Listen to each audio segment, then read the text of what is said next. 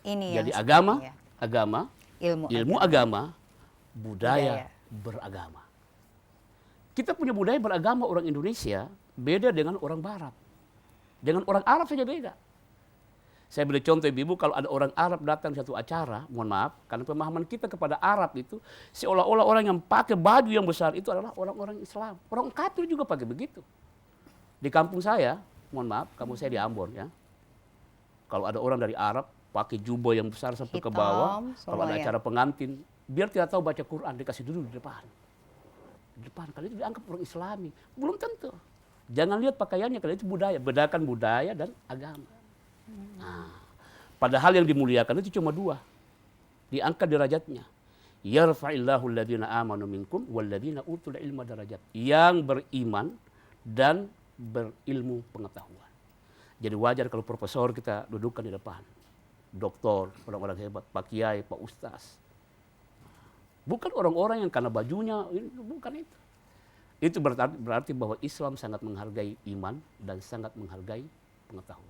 Jadi budaya beragama seperti inilah. Ini yang dimaksud dengan moderasi beragama. Ya, kita punya budaya Indonesia ini, Sulawesi Selatan saja tabe-tabe, Bu. Seorang anak mau lewat di depan orang tuanya tabe. Di Arab tidak ada. Di Inggris, di Chicago tidak ada. Yang ada cuma di Cikoang. Budi? Chicago, Cikoang. Chicago tidak ada tabe-tabe. Ya, kita punya budaya boleh berbeda, tapi ingat bahwa masing-masing sesuai dengan kulturnya. Orang budaya. Makanya kita ala Indonesia lah. Seperti begini, ini ala-ala Indonesia. Semestinya saya ceramah harus pakai jubah yang besar. Saya bukan orang Arab. Tapi kalau toh saya pakai jubah waktu salat, dia salah juga. Jangan lalu kita salahkan ya, kau bukan orang Arab. Wah, perlu ada moderasi, perlu ada pemahaman. Supaya jangan kita saling gontok-gontok. Jadi budaya beragama. Termasuk apa? Peringatan Maulid. Ya, peringatan Maulid. Kemudian peringatan Isra Mi'raj. Ya, itu budaya beragama. Jangan salahkan. Barasanji. Kita baca Barasanji tidak dilarang. Yang dilarang kalau kita pertuhankan Barasanji. Karena Barasanji itu adalah karya seorang ulama besar yang bernama Syekh Ja'far Al-Barasanji, sastrawan. Ada biasa pernah ada yang datang. Di mana salahnya Barasanji coba? Anda bisa karang seperti itu. Berapa buku Anda sudah buat? Memang banyak orang yang pintar kritik tapi tidak pernah bisa berbuat sesuatu. Padahal kalau kita mau melihat isi dan kandungan dari Barasanji itu sebetulnya juga kalam ilahi juga ya Ustaz. Barasanji itu adalah salawat kepada Salawat Nabi, puji-pujian kepada Nabi. Allah ya. Allah saja memberikan pujian kepada Nabi. Kita buka surat Al-Qalam ayat 4. Wa innaka la'ala khuluqin azim. Sungguh engkau Muhammad memiliki akhlak yang agung. Bayangkan Tuhan ciptakan, Allah ciptakan Nabi Muhammad, Allah sendiri yang memuji. Ini HP saya yang buat, contoh. Masa saya yang puji? Biarlah orang lain yang memuji. Tapi jangan saya yang puji. Nah kalau mengkasar ke puji Allah. Ya, biarlah orang lain melihat ini bagus. Tapi Allah tidak seperti itu. Karena memang betul-betul Muhammad itu, dalam sebuah hadis qudsi Allah menyampaikan Muhammadul Bashar lakal bashar. Muhammad itu manusia, tapi dia tidak seperti manusia biasa. Makanya kalau di film-film, Nabi Muhammad tidak bisa ditampakkan wajahnya. Muhammad tidak bisa diraba, tidak bisa dirasa. Berbeda dengan makhluk yang Allah ciptakan. Makanya kalau ada makhluk yang paling sempurna itulah Nabi Muhammad SAW. Nah sekarang peringatan maulidnya silakan baca Barasanji. Barasanji itu berisi tentang salawat, puisi, sastra. Intinya puji-pujian dan kepada sejarah. Nabi. Cuma dibikinkan, makanya sekarang ini Barasanji ada dalam bahasa Bugis, ada juga dalam bahasa Makassar. Baca saja. Ya, kalau toh itu ibadah yang bersifat ibadah umum. Ibadah itu ada dua. Ada ibadah khusus dan ada ibadah umum. Ibadah umum termasuk kita datang hari ini beribadah juga ini. Cuma bukan ibadah khusus. Ibadah khusus cuma hanya syahadat, salat, zakat, puasa, haji. Tapi selain daripada itu, senyum kepada orang juga termasuk beribadah. Nah, inilah yang dibutuhkan kepada kita ini dalam membangun moderasi beragama. Biarlah orang lain berbeda, kita berbeda orang apa-apa. Ibu, perbedaan seperti surat Al-Hujurat ayat 13. Yang saya bacakan tadi kita buka. Ya ayuhan nas inna khalaqnakum min dzakarin wa unsa wa ja'alnakum syu'uban wa qabaila lita'arafu inna akramakum indallahi atqakum innallaha alimun khabir. Wahai manusia. Jadi ingat nama manusia dalam Al-Qur'an itu banyak. Di antaranya al-insan. Oke, terus pembahasan itu karena nanti lain persoalan. An-nas itu kenapa Allah gunakan manusia sebagai an-nas? Karena manusia sebagai makhluk sosial. Ciptakan kamu bersuku-suku, berbangsa-bangsa, untuk kamu saling kenal mengenal. Sesungguhnya yang paling mulia di antara kamu si Allah adalah yang paling bertakwa. Buktinya pada pagi hari ini, ibu-ibu saya lihat mulai dari ujung ini sampai semua, tidak ada mukanya sama. Betul, Bu? Tetapi ada yang kalau- mukanya sama sini? Nggak Kenapa? ada, Ustaz. Apa manfaatnya? Intinya kalau mukanya sama semua, sebentar datang salah ambil suaminya. Tetapi ada yang sama, Ustadz. Atau pulang ke rumah, Imannya tetap sama. iman tetap sama. Cuma yang wajahnya itu. Ya, jadi perbedaan ini jangankan di kalangan kita, di luar kita juga ada berbeda. Jadi ada berbeda internal dan ada perbedaan juga secara eksternal, secara keluar. Yang penting bukan persoalan perbedaannya.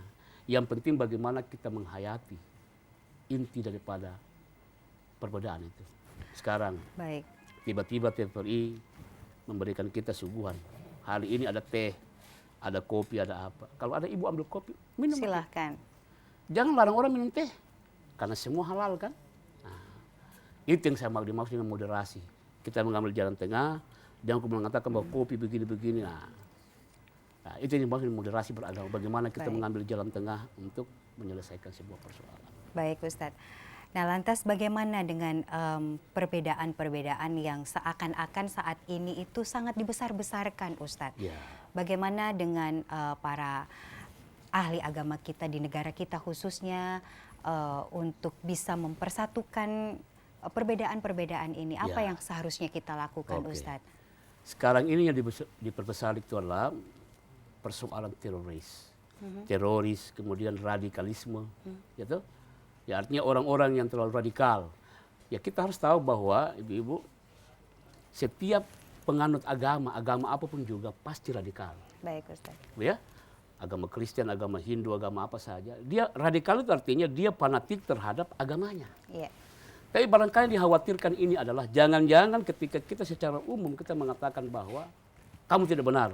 Contoh katakanlah ibu silakan beragama apa silakan. Tapi janganlah ibu mengatakan bahwa agamamu tidak benar.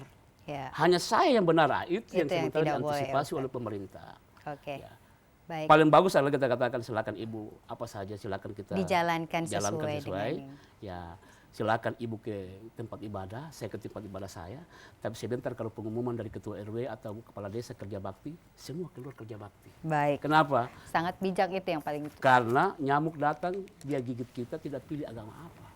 Oke. Betul tidak? Ya.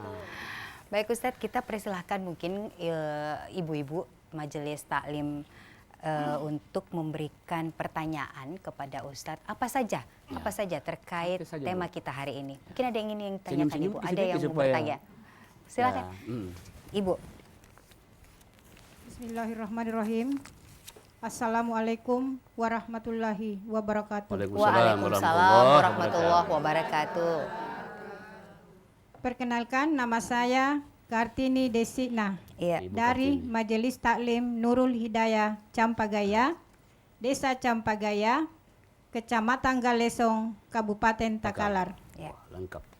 Ini Pak Ustaz, yang saya ingin tanyakan, apa arti moderisasi dalam beragama? Moderasi. dalam beragama. Ya. Baik. Arti moderasi Arti. dalam beragama ya, Ya. Ibu Kartini ya. Yes. Terima kasih. Sekian, wassalamualaikum warahmatullahi wabarakatuh. Waalaikumsalam warahmatullahi wabarakatuh.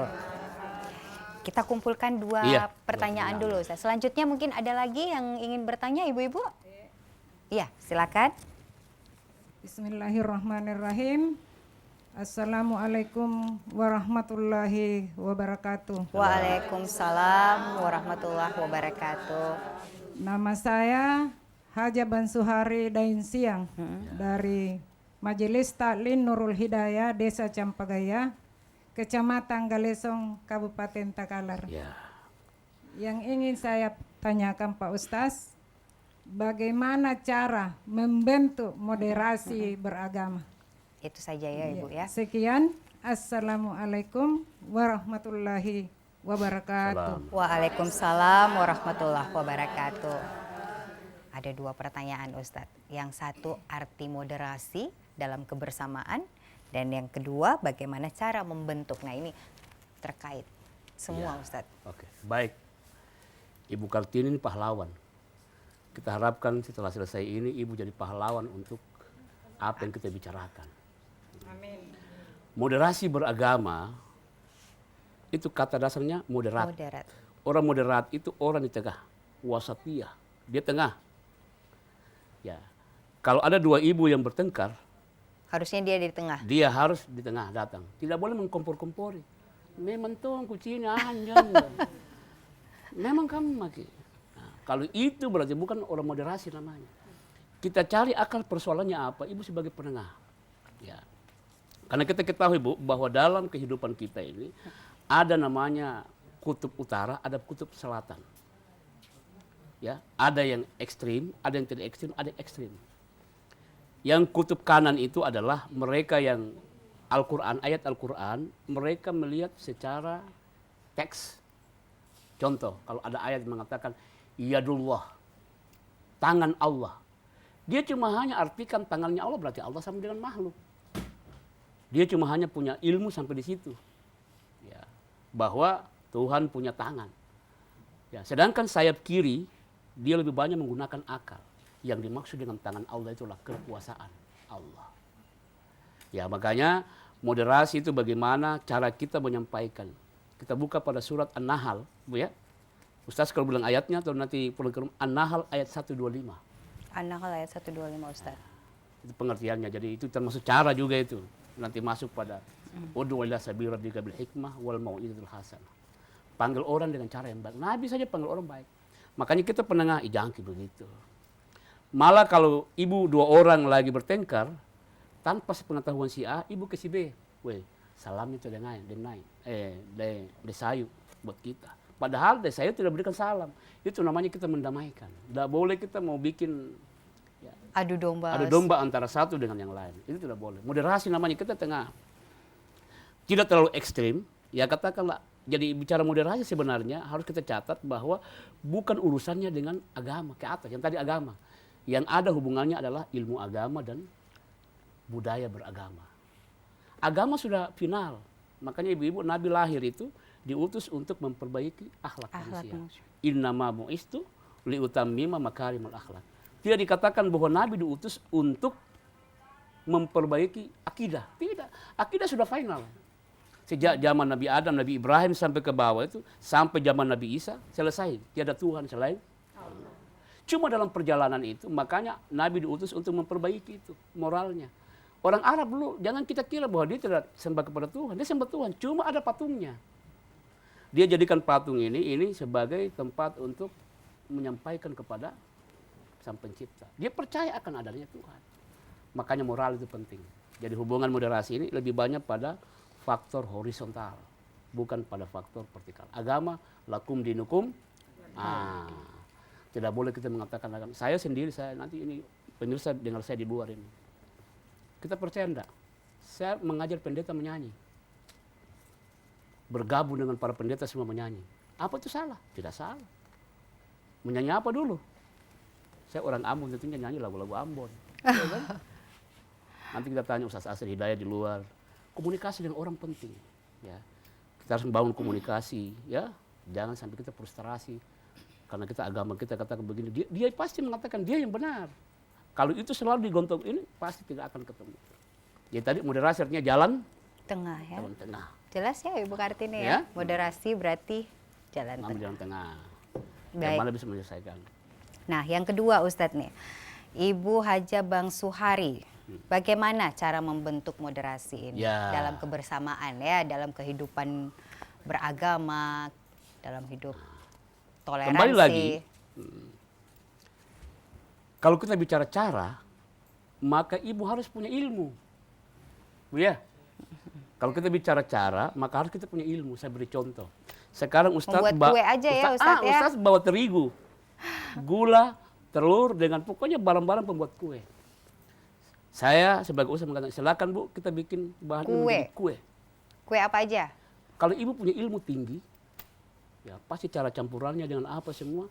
Oh ini enakin, padahal bahannya sama. Itu namanya. Artinya apa? Dalam beragama itu kita harus yakin bahwa manusia itu ciptaan Allah. Mau Kristen, mau Hindu, mau Buddha. Makanya dalam Islam itu diajarkan kita ada 3 ukhuwah. 3 bentuk persaudaraan yang perlu kita bina. Yang pertama disebut dengan ukhuwah insaniyah. Ya. Kita bersaudara karena kita satu tanah air. Jadi saudara-saudara kita yang di Wuhan sana, kita doakan mudah-mudahan, kasihan juga. Mudah-mudahan mengintrospeksi apa yang salah. Tidak mungkin Tuhan akan memberikan sesuatu kalau tidak ada kesalahan. La yukallifullahu nafsan illa wus'aha. Mereka adalah saudara kita di Wuhan sana. Meskipun beda agama. Karena memang agama kita mengajarkan persaudaraan karena kita satu umat Tuhan. Namanya ukhuwah insaniyah. Yang kedua disebut dengan ukhuwah wataniyah. Persaudaraan karena kita satu tanah air. Orang Papua mau bilang merdeka, jangan sekali-kali. Ya. Orang dari Sumatera mau bilang merdeka, apalagi saya orang Ambon mau bilang merdeka, jangan. Negara ini sudah dibangun dengan darah dan air mata. Mungkin termasuk nenek moyang kita dulu yang melawan Belanda sampai kita merdeka seperti ini. Makanya mari kita bangun itu dengan baik. Nah, yang kedua namanya ukhuwah wataniyah. Satu tanah air, mau orang Jawa kek. Ustaz ini punya istri orang sini. Tidak mau kawin di Ambon. Jauh-jauh ya Ustadz ya? Ditanya, Pak Ustaz kan ditanya, kenapa tidak menikah di Ambon saja? Banyak juga orang cantik-cantik. Saya bilang, saya berkiblat pada surat Al-Hujurat ayat 13, bersuku-suku. Dan saya pakai ilmu pelaut, Bu. Di mana kapal sandar di situ jangkar dibuang. Senyum-senyum kisah berarti bersandarnya di Makassar, jangkarnya dibuang di Makassar. Jangkar selalu punya pemahaman tradisional. Kawin sama sepupuno. Kan tidak berkembang itu kita. Bagus kalau orang Cikoang kawin sama orang Chicago. Supaya berkembang. Dia pulang dari Chicago langsung pakai bahasa Inggris. Ini karena, Naya Reno, what is your name? Weh, nyaman. Kan dia orang Chicago. Ada perkembangan sedikit. Jangan sampai kawin sepupu apa semua tidak berkembang. Malah dalam ilmu anatomi tubuh itu kalau terlalu dekat sepupu satu kali itu tidak menguatkan kecerdasan. Ini penelitian, hasil penelitian. Ya. Menghasilkan keturunan yang prematur biasanya. Orang Ambon, orang Papua, banyak orang Bugis kalau di Papua. Ya, Ibu. Nah, jadi itu tadi bagaimana membentuknya, sekali lagi kembali ilmu. Ilmu kita perlu pertebal. Yang kedua, kita rasakan bahwa kita tidak mungkin hidup tanpa orang lain. Sekarang kalau kita tiba-tiba meninggal, pas di kampung orang kafir, tidak ada orang muslim. Siapa yang kuburkan kita?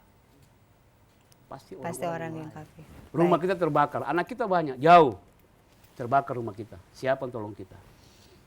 Ini yang perlu kita sadari semua. Sehingga dengan demikian, agama silakan masing-masing, tapi cuma jangan sekali-kali mengganggu. Kalau Anda mengganggu, Anda jual saya beli. Itu prinsip yang harus kita pegang ya Ustadz ya. Cuma kadang-kadang yang sekarang ini, dia mengambil prinsip itu langsung, tanpa ada proses. Yang disebut dengan radikalisme. Pokoknya hanya dia saja, tidak ada